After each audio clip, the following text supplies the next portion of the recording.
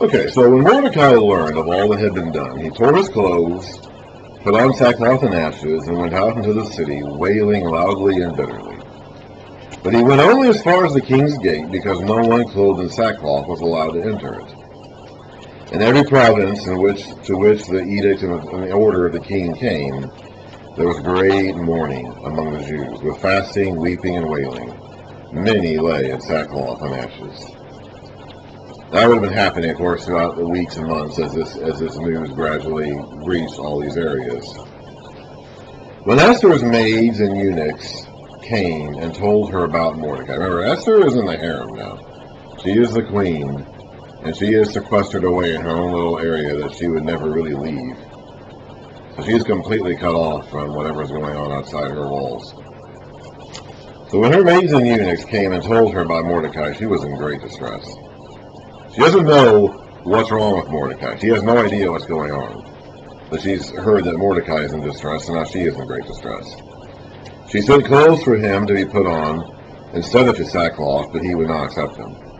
Then Esther summoned Hathach, one of the king's eunuchs assigned to attend her, and ordered him to find out what was troubling Mordecai and why.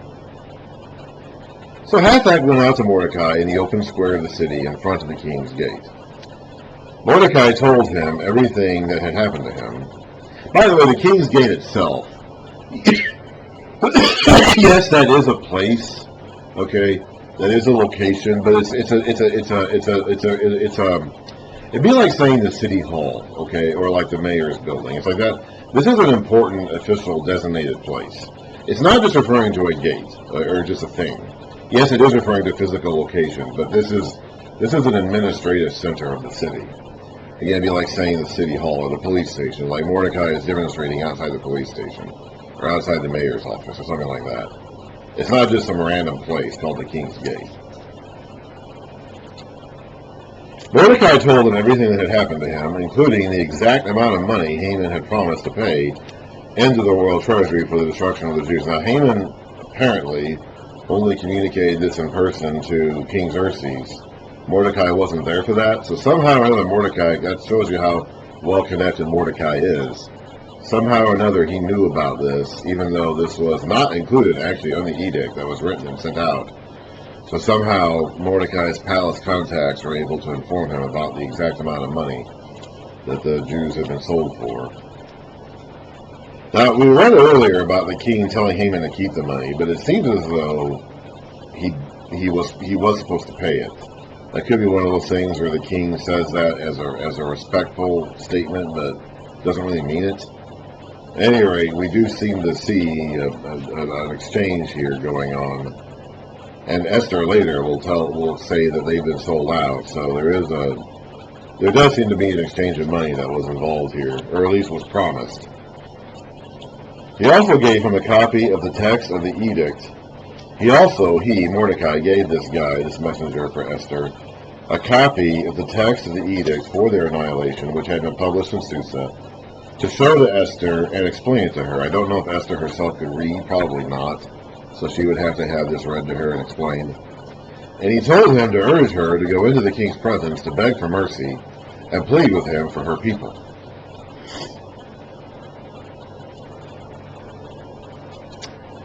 Hathach went back and reported to Esther what Mordecai had said. Then she instructed him to say to Mordecai, so Esther cannot go out and Mordecai cannot go in. All right.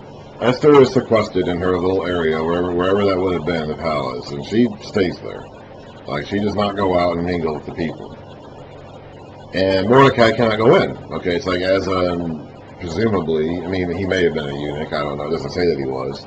But he was not, at the very least, he was not one of the eunuchs charged to attend to the king's women. So he could not be near her. I mean, it's like, even though he was her acting father and her cousin, it's like now that she's the king's wife, like, she's off limits to him. Like, he can't go near her and she can't go near him. So they have to have this messenger go back and forth. So he instructed him to say to Mordecai, all the king's officials and the people of the royal provinces know that for any man or woman who approaches the king in the inner court without being summoned, the king has but one law, that that person be put to death. The only exception to this is for the king to extend the gold scepter to him and spare his life. But 30 days have passed since I was called to go to the king. So Esther hasn't seen the king in a while. She doesn't know why. That it's possible that she's fallen out of his favor like Vashti did for some reason. Vashti is still around somewhere, by the way. She was not executed. She wasn't even divorced. She's still around somewhere in these chambers. She's just not allowed to go and see the king again. Esther could be that too. As far as Esther knows, she might do something to lose. I mean, Vashti already did. You know, there's already a precedent right there about the queen losing favor with the king for whatever the reason. You know, as far as Esther knows, she's lost favor with him too. She doesn't know. You could not go to the king unannounced or uninvited without risking serious risk of death. The king had this scepter, which is probably more. When we think of scepters, we think of like a European-style scepter, like the Queen scepter in England, which is a scepter, but it's like if you look at the Persian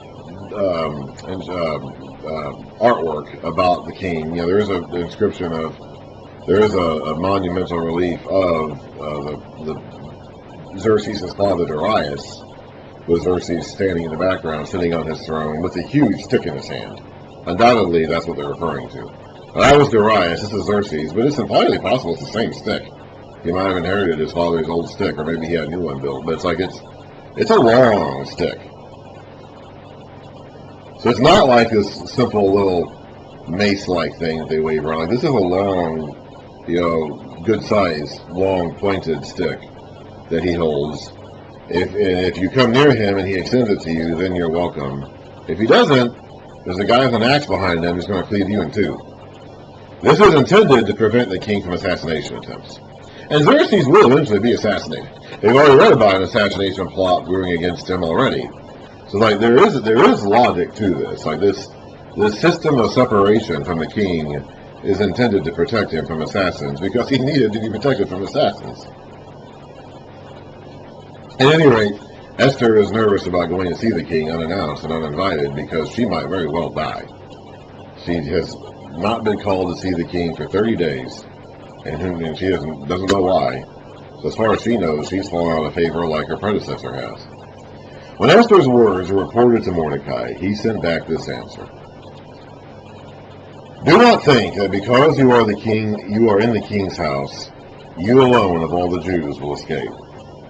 If you remain silent at this time, relief and deliverance for the Jews will arise from some other place. But you and your father's family will perish. And who knows but that you have come to a royal position for just such a time as this. As far as Mordecai knows, as far as Esther knows, the whole reason why she's here right now as the Queen of Persia is for this exact moment in time. This is the closest the book of Esther comes to referencing God. If there's any spot in the book where they're going to mention the name of God in this book, it would be right here. But they don't, and clearly the author did that on purpose. Mordecai is clearly referring to God when he talks about deliverance coming from some other place, and the divine retribution being handed out in her father's family and herself if she doesn't act. Like, clearly this is a reference to God's work, and that's what Mordecai is thinking or talking about. That's what Esther would think about when she hears this. And when they fast here, clearly they're also praying to God in the process. But for whatever the reason, the author of this text thought it was best not to mention that. Thought it was best to keep those references to God veiled and in the text without making it explicit. That is clearly what Mordecai is referring to. Then Esther sent this reply to Mordecai. I don't know if this is all happening in the span of a day or a couple of days or how long this is taking. But she says this: Go, gather together all the Jews who are in Susa, that's the capital city right there at hand, and fast for me. Do not eat or drink for 3 days, night or day. Now when it says drink, I don't know if that means don't drink water or that means don't drink wine. You know, I mean, it's hard to go 3 days without drinking anything. So you can go 3 days without eating anything, that's possible. But going 3 days without drinking anything is really dangerous. So I don't know if that means don't take any liquid at all. It may just mean don't drink wine. Do not eat or drink for 3 days, night or day. I and my maids will fast as you do. When this is done, and undoubtedly they would have been praying during this time too. They don't mention that here, but undoubtedly they would have been praying while they were fasting during this time. When this is done, I will go to the king, even though it is against the law. And if I perish, I perish. She's going to die eventually anyway. She's going to die within a year. The stated date of execution is less than a year from now. So she's going to die within a year anyway. If she dies tomorrow, she dies tomorrow. Or 3 days from now, I guess. Or if she dies 11 months from now, she dies 11 months from now. If I perish, I perish. So Mordecai went away and carried out all of Esther's instructions.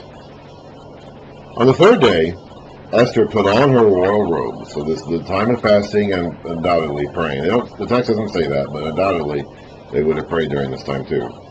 Put on her royal robes and stood in the inner court of the palace in front of the king's hall. The king was sitting on his royal throne in the hall facing the entrance, so he would see her. When he saw Queen Esther standing in the court, he was pleased with her and held out to her the gold scepter that was in his hand. So Esther approached and touched the tip of the scepter. Apparently that was the proper protocol for approaching the king. I don't know why, just apparently it was. It may have been a personal sign of affection from her to him, but it seems like it was probably the proper protocol for receiving the king's favor when he comes up to you. Then the king asked, "What is it, Queen Esther? What is your request? Even up to half the kingdom, it will be given you." So she's here for something. She's not just here to see him, and he knows that. Like, she is here to ask for something. She would not be coming here if she just wanted to hang out with her husband. That's not how this worked. She is here because she's going to ask him for something, and he knows that. So he wants to know what it is. What do you want? Now, he doesn't literally mean he's going to give her half the kingdom. That's in a figure of speech. He's saying that, it's like, what do you want, my queen? What do you need? What's your request? What do you, I'm open to hearing what you have to ask me. Because he knows she's here to ask him for something. "If it pleases the king," replied Esther. So, by the way, whatever the reason was why he hadn't called for her in 30 days, it wasn't because he had lost his favor. He was pleased to see her. So it wasn't, he must have been busy with something else or doing something, I don't know.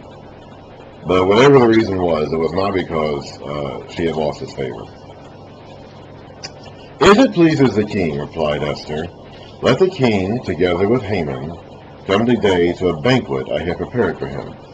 This must be in the morning. I'm guessing that this encounter here is happening in the morning, and she has set up this banquet, and they're going to feast that afternoon, maybe lunchtime. This is another banquet, by the way. There's lots of banquets in this book. "Bring Haman at once," the king said, "so we may do what Esther asks." So the king and Haman went to the banquet Esther had prepared. This would have to be sometime in the afternoon, or maybe even late morning. Based on a timeline, as we read about the next couple chapters, like this can't be happening in the evening. It wouldn't make any sense. As they were drinking wine, the king again, so he's again getting drunk. This is a king who liked to drink.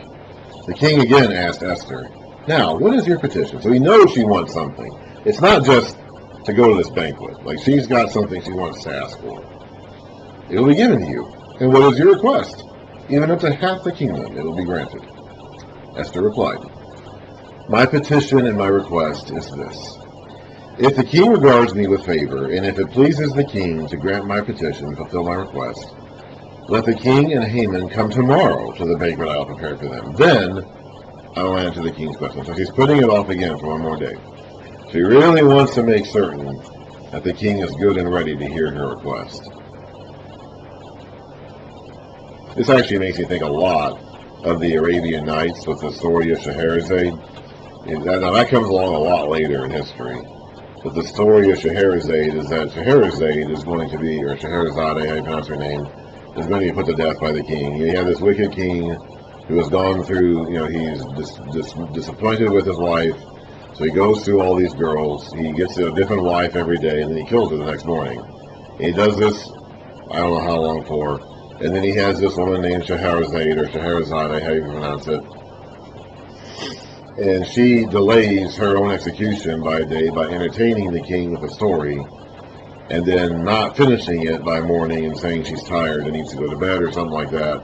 And then the king delays her execution till the next day because he wants to hear her finish this story. So the next night when he goes to her after supper or whatever, she finishes that story but starts another one in the process and keeps that one going. And then the king wants to get the end of that one, so he delays her execution by another day, and that keeps going for 1,000 days until finally he cancels her execution altogether, and he goes back to being the good king he had been before. This is actually very similar. I'm not saying that this is where that came from, but this is a very similar concept. You have this endangered queen who is stringing her king along day by day to keep herself alive and get him into a good mood so that he will finally come to his senses. So tomorrow I'm going to answer the king's question. So Haman went out that day happy and in high spirits. He's drunk for one thing. I don't know if he's totally drunk. He's got wine in him. He's got a buzz. He's feeling good from the wine. And he's also pleased because he was the only person invited into the banquet with the king and the queen. He is an important guy. He is achieving his ambitions in life. But when he saw Mordecai at the king's gate and observed that he neither rose nor showed fear in his presence, he was filled with rage against Mordecai. So he was mad at him initially for not bowing down. Okay, now Mordecai is sitting down, he's not rising, and that makes him mad. Now back in that day, the leader sat while everyone else stood up. Okay, when Mordecai is sitting at the king's gate, it means that people are coming to him to have their matters dealt with, and they're standing and he's sitting. Okay, they didn't have chairs everywhere back then. Not too many people got chairs. So in a meeting, the most important person was sitting while everybody else was standing. Here, he wants Mordecai to stand in his presence. Earlier, he wanted him to bow in his presence, and Mordecai's not doing either, even acknowledging him, and not just, he can't take it. He just can't take it. He's got to get that guy. He's got to get Mordecai. He's got to. Nevertheless, Haman restrained himself and went home. So he didn't create a scene. He didn't make a big deal of it out here in public. But he noticed it. He noticed it. Calling together his friends and Zeresh his wife, Haman boasted to them about his vast, remember he's at least slightly drunk here, his many sons, and all the ways the king had honored him. And how he had elevated him above all the other nobles and officials. And that's not all, Haman added. I'm the only person Queen Esther invited to accompany the king to the banquet she gave. And she has invited me along with the king tomorrow. But all this gives me no satisfaction as long as I see that Jew Mordecai sitting at the king's gate. He just can't handle it. He can't stand it. And that's just, he's got to do something about that. Gotta do something about that. He could have the entire world, and as long as this one Jew was in his way, he can't sleep at night. He's so angry at this guy. His wife Zeresh and all his friends said to him, "Have a gallows built." By gallows, we don't mean like a scaffolding. We just mean a pole. The word actually means wood in the language. So it basically just means have a pole, have a piece of wood stuck 75 feet high. Stuck in the ground, and ask the king in the morning to have Mordecai hanged on it. The word really should be impaled, because the word hanged in our culture, in our background, it connotes the idea of someone being hanged by the neck as a means of execution. When we hear the word hanged, that's what the word hanged means. Hanged as a verb in the past tense, the ed ending means that. To hang someone or have someone be hanged means to have them hanged, execution style by the neck. That's not what they're referring to. They're referring to having him stuck on this pole. Impaled would be a better word here.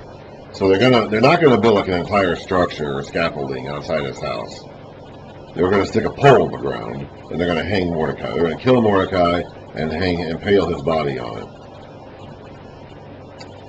Then go with the king to the dinner and be happy.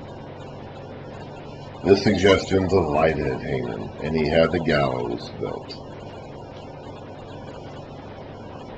He's got a big wooden pole stuck in the ground in his front yard or whatever, and he's going to put Mordecai's body on it. Oh, that's just going to satisfy him so much to see Mordecai's corpse dangling from this pole. That's just going to please him so much. He can't stand this Mordecai fellow. He just got to get rid of him. He has a spirit of Amalek in him. You know, the Amalekites were the first ones that came after Israel once they left Egypt, and he's a descendant of them. Whether he's a physical descendant or a spiritual descendant, I mean, he could be both. I think he is probably a physical descendant of an Agagite. But he carries that spirit in him. Like, that goes all the way back to when Esau and Jacob wrestled each other in Rebekah's womb. It's like they're never going to get along. There's always going to be enmity. Really, in the end, it goes back to the garden, when God said, I'm going to put enmity between the serpent and the seed of the woman. Like, there's always going to be enmity there. The woman's seed, the righteous people, and the serpent's seed, the honest people, are always going to have enmity there. And here it's playing out in the lives of these two men, Mordecai versus Haman, and it's getting everybody else wrapped up in it too. Everybody else now has been wrapped up in this vendetta between these two guys.